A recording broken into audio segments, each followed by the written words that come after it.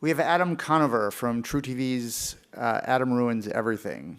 Adam joined College Humor in 2012 as a staff writer and a cast member of College Humor Originals.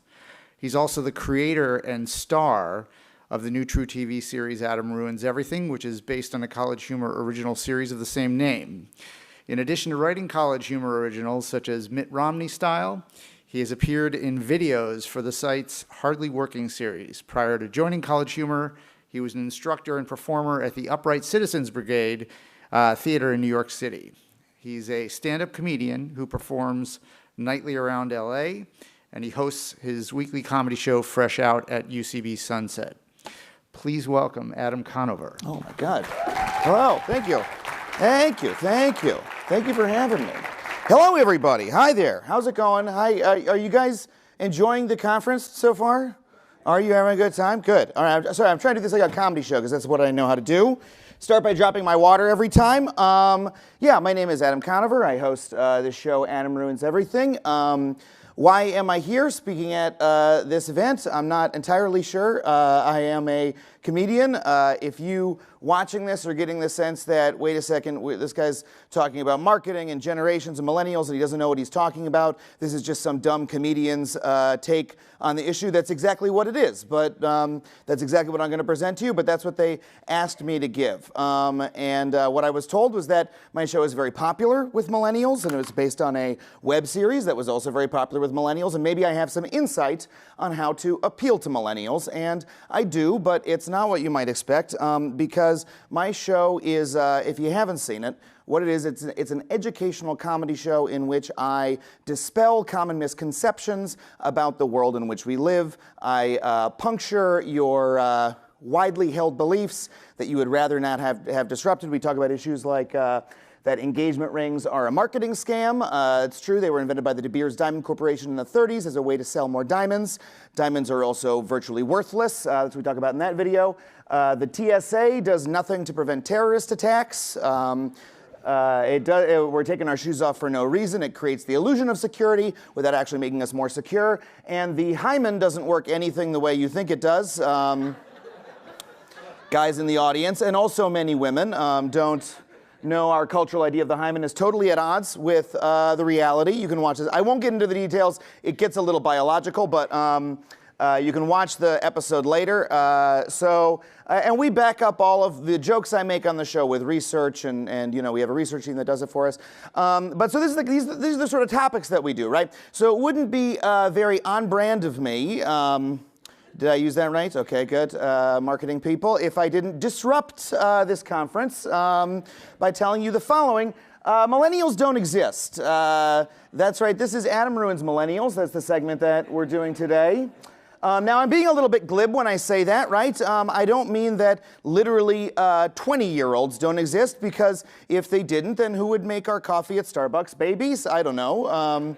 Those are the only people who would accept those wages, I think, other than 20-year-olds. But what I mean more specifically is that this image of a millennial, right? This is the current cultural image of the millennial that we see in the media, right? The lazy, entitled narcissist who lives with her parents, takes photos of herself on her phone, right? This person does not exist. I mean, this literal woman exists, right? But she's modeling for Time magazine. This is a stereotype, right? This millennial also does not exist, and neither does this one. I know a lot of 20-year-olds, not a lot of them stand in front of hand-drawn graffiti of social media jargon, you know? They're not like, oh man, I love Wall. My favorite thing is Wall. You know, they use Facebook, but they don't really like it. You know what I mean? They're not like, oh, social, that's my lifestyle, right? That's not real. And so if you try to market to this image, you will end up completely alienating your audience, because millennials hate this shit. They hate it. They can't stand it, right? And the fact is that generations in general don't exist. They're not real things that exist in nature. We made them up, okay? Let's look at the chart of the classic millennial breakdown, right? Everyone from 1980 on is a millennial, 60s to 80s, that's Gen X, 40 to 60, that's boomers, 20s to 40s, that's the silent generation. I actually hadn't heard of them before I read this chart. I guess they don't talk about themselves that much. And then we have the greatest generation, which, speaking of narcissism, my God, the greatest generation, all right.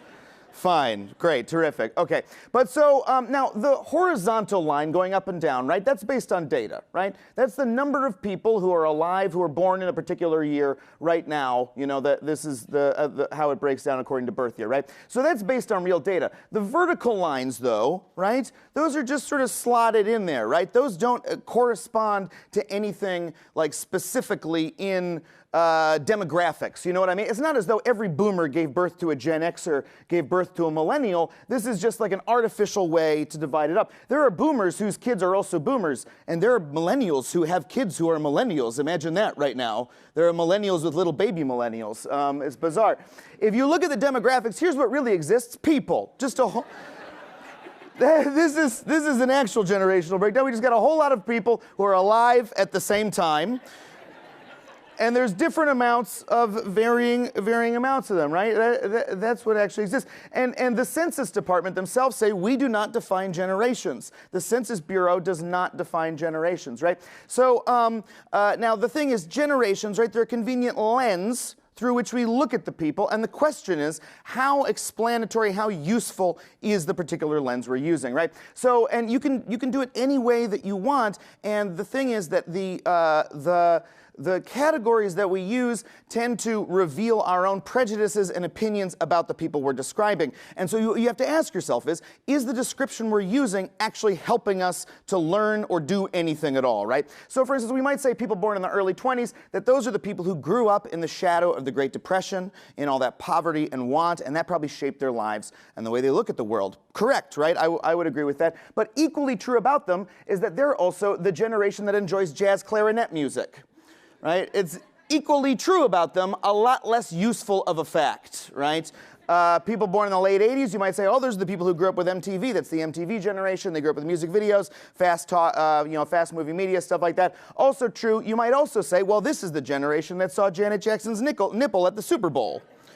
Also true, less explanatory. Now, I know you're going to say a lot of people saw her nipple. Those are the people who were okay with seeing her nipple. They were like, we're happy to see the nipple. It's fine. Why is everyone making such a big deal about it, right? So this is how we divide it up. Like, we can divide up these people however we want. How useful is the divisions that we're using, right? So where do our actual divisions come from? Where do the generations that we talk about, you know, where does the idea of millennial, boomers, where are those big ones? Where did those come from? The fact is, writers invent them to get rich. Generation X was coined by Douglas Copeland. He was a novelist in the early 90s. He wrote this book, Generation X. It was a huge bestseller. You can see up in the top there, the book that defined an era. It was very successful for him. He got on the cover of Time magazine. And after that, it was like a gold rush. Who can name the next generation? Who's going to get the name that sticks? And as we all remember, there were like dozens of names tossed out there that are just like, you know, rose and fell. There was Echo Boomers. Remember that one? 60 Minutes apparently was pushing Echo Boomers with a flip phone, I guess, represented millennials to them. Very clearly a show made by old people. Right? Echo Boomers, I guess, because they were echoing the baby boom or something, whatever. The net generation, okay, that's pretty good. The generation that grew up with the internet, maybe we could get some value out of that. There was Generation Y, as in Y wasn't the person who came up with this more creative. It was great. But the winners of the big generational jackpot were these guys, Neil Howe and William Strauss, who coined the term millennials. That was the term that stuck. Right, here's them describing it on TV. And also, so they coined the term, so they got to pick what they thought differentiated the generation from the ones before it, right? So here's their pitch. Today, with the emergence of yet a new generation, babies are to be protected. And we call them the millennial generation. Okay, yeah. Millennials, babies are protected, right? We protect millennials, right? As opposed to previous generations who were just allowed to like play in open mine shafts and with TNT, right? That's why they were called baby boomers, because they were always exploding. That's the best joke in the presentation. Yeah, but these guys did it. These guys have made a ton of money off of I believe they're millionaires because they coined the term millennials. They founded a firm called Life Course Associates, which uses a visionary blend of social science and history to interpret the qualitative nature of a generation's collective persona to help managers and marketers leverage quantitative. They take a lot of money to do a lot of nothing, in my opinion. That's what they do. I sounded like Donald Trump for a second right there. And they consult for huge firms like Best Buy, Merrill Lynch, the NRA, and the Coast Guard. And they're very successful because I know a lot of millennials who are like, oh yeah, Merrill Lynch is totes on fleek, you know? The Coast Guard is bae, right? Worked out great for them. It's fantastic, okay? Here's the fact. Generational thinking, talking about generations this way, has always been historically reductive and condescending to the people who are being described. The first person to talk about generations was Hesiod. He was history's first economist. He was an ancient Greek economist. Judging by his expression, the Greek economy wasn't doing so well. I guess he was also, this is interesting, the last economist to never host a podcast because they hadn't been invented yet. But then right after that, Dubner and Levitt got going. So he used generations to talk about the history of Greece at the time, and the way he talked about the generations below him was a little bit familiar. They only care about frivolous things. When I was a boy, we were taught to be discreet and respectful of elders, but the present youth are exceedingly impatient of restraint. This could have been in that damn Time magazine article about millennials, I think. This just goes to show that old people have been saying, when I was a boy, since there were boys, right? Like I'm pretty sure cavemen were going, oh, fire generation, it feels entitled to stick. When me was a boy, me had to work for stick, right? It's just shit old people say about young people, right? It's all it was. Same as generations are usually just old people talking about young people. And when we look at the history of talking about generations in this country, it's the same story over and over again. Here's a famous Life magazine article about the baby boomers from 1968. And the writer said, even as I said it, I knew the phrase "to make a living" could have absolutely no meaning to these children of the affluent society. That's not about millennials. That's about baby boomers, all right? It's not about Mumford & Son fans. It's about hippies, Beatles fans, right? Hipsters versus hippie. Can you believe hipsters, hippies? It's the same goddamn word. All right, 1985, the video generation, right? This is an article from 1985 worrying that the new generation was becoming self-obsessed because they were filming themselves on their brand new mobile devices, right? Again, does that seem familiar to us at all? 1990, 20-something, laid back, late blooming, or just lost, complaining that Gen Xers are entitled and don't want to work for a living, all the way up to this Time magazine piece of shit from 2013. I'm sorry, I got a little emotional. I asked if I could swear, they said yes, but that's how I feel about it. The me millennials are lazy, entitled narcissists who still live with their parents, which, by the way, this is clearly a ripoff of the Tom Wolfe article from 1976. Like, it's a direct quote of it. Like, it's like such a gross retread, right? And the fact is, millennials, by the way, again, they hate this. They were offended by this cover. They did a bunch of remixes of it, which I really liked. The indentured generation. We trampled their rights, tanked the economy, and trashed the planet for our benefit, but expect them to foot the bill? Why, we call them narcissists. It's got a laughing baby boomer, which I really enjoy. Turning the tables. And then this is a lot more internet culture. The meow, meow, meow generation. I just find that amusing. Let's see, what's next? So these are just, most of the time, when we're talking about generations, especially in the media, maybe not you smart marketing people who have done all your research and know what you're doing, right? But when the media is talking about generations, they're usually just using insulting stereotypes. Let's look at a little sample. Flip-flops at work. Facebook breaks. Free yoga on Fridays. Meet the Millennials. Hey millennials, what makes you so special anyway? Millennials are famous for being narcissistic, entitled, lazy, and never looking up because they're on their phone. That's how you can spot one in the wild. And their priorities are simple. They come first. Modern Family's Haley has been accused of being a narcissist. Oh yeah, Modern Family, right. Who's got a beat on the millennial generation better than cool teens Christopher Lloyd and Stephen Levitan? The creators of Modern Family, two old guys. Look, here's the fact. The stereotypes you hear about millennials just aren't true. Let's break down some of them. Millennials are entitled. Okay, if they're entitled, then why is it that 61% of graduating college seniors held internships and nearly half of those internships were unpaid, right? Can you guys imagine a previous generation that willing to work for free? Like, you think Rosie the Riveter was doing it just because she loved riveting? She was doing it for the cold hard cash, come on.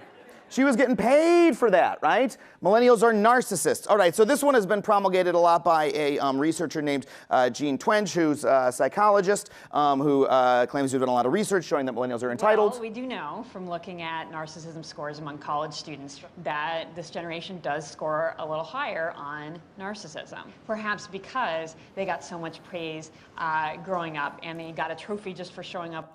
Oh my God, the participation trophies.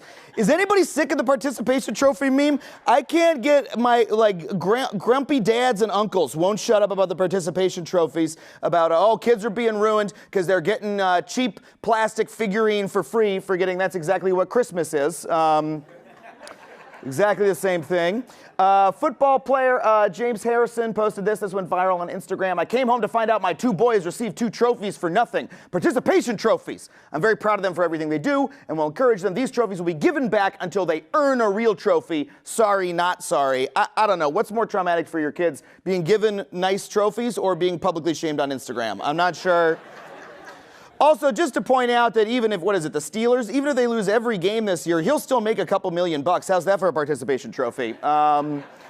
Right, so if millennials, if this were true, right, if this were a real problem, we would expect millennials as a cohort to do worse at sports, right? The opposite is true. There are 8 major league pitchers who pitch over 100 miles per hour right now. 30 years ago, there was only one, like Nolan Ryan could do it, nobody else. Now there's 8. Michael Phelps holds the world record for gold medals. There are 10 millennials on the Forbes richest list, moving away from sports for a second. 10 millennials, which is impressive considering how young they are. The number of chess grandmasters in the world has doubled in the last generation. Classical music pieces that were once thought impossible to play are regularly played by young performers. So guess what? If your kid isn't achieving well, maybe that world's best dad trophy is the real participation trophy. Maybe you're the problem here, buddy, right? Okay, now if millennials are so narcissistic, then why is it that when asked the percent, they rank most important to them being a good parent, having a successful marriage, helping others in need, owning a home, living a religious life as the things that are most important to them, having a high-paying career and having lots of free time, becoming famous are at the bottom of that, right? In fact, study after study has shown we find little reason to conclude that the average member of Generation Me is dramatically different vis-a-vis narcissism from members of previous generation. This is a big, cross-study, a study of studies, if you will. In fact, it found that narcissism, the real truth about narcissism is that if you look at people as they age, their narcissism is highest when they're a student, goes down when they're a parent, goes down again when they become grandparents, right? That makes intuitive sense to us. Young people are narcissistic. They become less narcissistic as they age, but they become crankier about younger people being narcissistic. Narcissism is a fact of life. That's a natural part of growing older, right? It's a part of your development. So being angry about the younger generation being narcissistic, that's like saying, oh, this young generation only wants to poop in their diaper. They don't want to use the bathroom, right? And they're always looking at their mobile devices. That's the best joke in the presentation, I think. Okay, so Gene, younger generations aren't narcissistic. You're just old and mad at them. So here's your participation trophy, you old. Millennials are always on their phones and it's ruining their lives. Oh my God, I'm sick of this too, all right? Now, it's true, yes, millennials are on their phones a lot, right? But you know who else is on their phones? Moms and dads and also some dogs. Everyone is on their phone, right? All the time, because it's the most revolutionary communication device invented within our lifetimes. A lot of you are on your phones right now, live tweeting that I'm saying you're on your phones. I've been to these conferences. People are on their phones constantly, right? Now, the thing is that people are always it's the same reaction that people always have to new technology. Douglas Adams, the brilliant science fiction writer, has a wonderful quote on this. I've come up with a set of rules that describes our reactions to technologies. Anything that's in the world when you're born is normal and ordinary and just a natural part of the way the world works. Anything that's invented between when you're 15 and 35 is new and exciting and revolutionary, and you can probably get a career in it. Anything invented after you're 35 is against the natural order of things. Right? I think we can all agree that that's true, right? I'm 32. We'll see what I hate in 3 years. I barely got on board with Snapchat, but I'm there now. Bicycles, when they were invented in 1912, people were terrified of them. This is a cartoon. The awful effects of velocipeding. The thousands of young men and women joining the host of desecrators betrayed by the allurements of a Sunday wheeling is alarming, wrote the Christian Advocate in the 1910s. Movies, when they came out, here's a book writing, almost all children who attend movies, and almost all children do, almost always are exposed to screen experience of life that are far beyond their years and are robbed of some of the preciousness of childhood.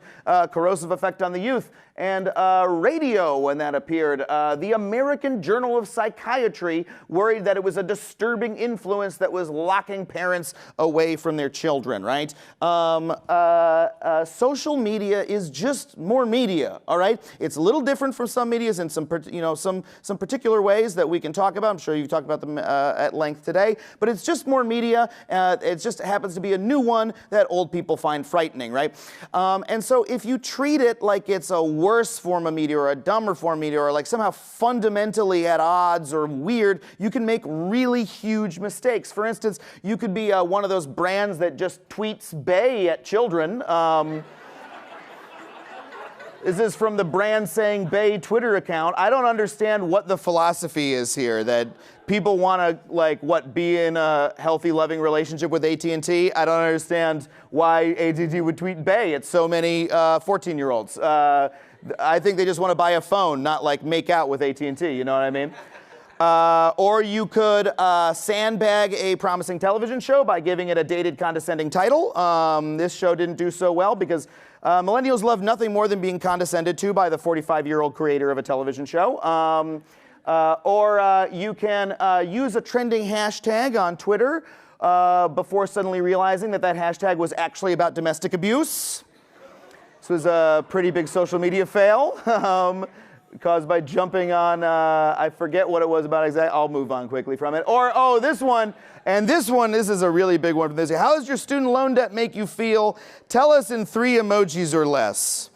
God, my God, Hillary. Look, when you tell a whole generation of frustrated emojis to describe how they feel about their money flying away emojis using little cartoon characters, you're not giving them a kissy face emoji. No, you're thumbs downing their intelligence and you're treating them like a pile of poop emoji. Look, young people don't need you to talk to them in their language, right? They just want to be treated like intelligent people who are worthy of respect, right? It's not rocket science emoji. Am I using emojis right? I don't know. So what are the facts? What can we actually say about millennials? Well, going back to this image, this woman, again, as I said before, she is literally a millennial, right? This is literally a millennial person. But so is this, and so is this, and so is this, and so is this. I am technically a millennial. I was born after 1980, right? So what do all these people have in common? Well, one of the few things that we can say about all of these people as a group is that millennials are the most diverse generation ever. 42% of them identify as non-white. 15% of them are first-generation immigrants. They weren't even born in this country. The population identifying as Hispanic has tripled, right? So, like, you can't treat them as a monolith, right? Almost any statement made about millennials as a group, other than how diverse they are, is going to be false by virtue of how diverse they are, right? All they are is young. That's all they all are altogether, right? What else can we say about them? Well, they've been dealt a bad hand economically. They earn less on average than their older peers before the recession and have 60% lower wage growth. But despite that, they're not letting that get them down. They're the most educated generation to date, which unfortunately means more debt, of course. But despite that, 70% of them are already saving for retirement, which is pretty impressive, I think. But again, that's just broad demographic stuff. What you can really say about them, in my opinion, the thing that is most helpful to know about millennials, if you really want to appeal to them, is that they're people. All right? That's all you really need to know. So when people, so I was asked, you know, okay, your show is very popular among millennials. How'd you do that? What tips could you give? Well, to create a show that was popular with millennials, I didn't set out to do that. I just set out to create a show that I wanted to watch, right? And I banked on the fact that what I wanted to see was going to appeal to the same things that are universal about millennials, right? That I tried to appeal to their curiosity, to their intelligence. I tried to treat them like intelligent people who are worthy of respect, who are going to embark on an intellectual adventure with us, right? And as a result, we created a show that doesn't just appeal to millennials, it also appeals to dads and moms and even some dogs. So we can like drop the pandering, right? And like all of the reductivism and the generalizations. If we just like, you know, treat them with respect, we'll do pretty good. And you'll probably earn a whole lot more. Oh yeah, you could ask, oh, I messed up my slides. Ask yourself what would reach me, right? That's, if you want to appeal to millennials, ask yourself what would reach me. It'll probably appeal to them too. And if you do that, now here's the final slide. You probably earn a lot more money bag emojis. Thank you guys so much. My name's Adam Conover. You guys have been wonderful.